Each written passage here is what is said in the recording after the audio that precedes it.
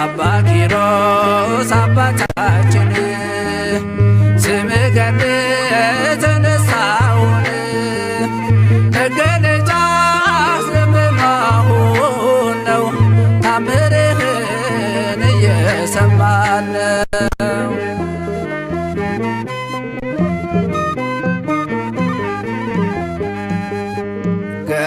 ገንዘብን ስልጣንን ንቀህ በአምላክ ፍቅር ዋሻ ገባህ። እረዱንህ ለአባ በርኑዳ ተገዛችልህ ዓለም ተገዳ። እረዱንህ ለአባ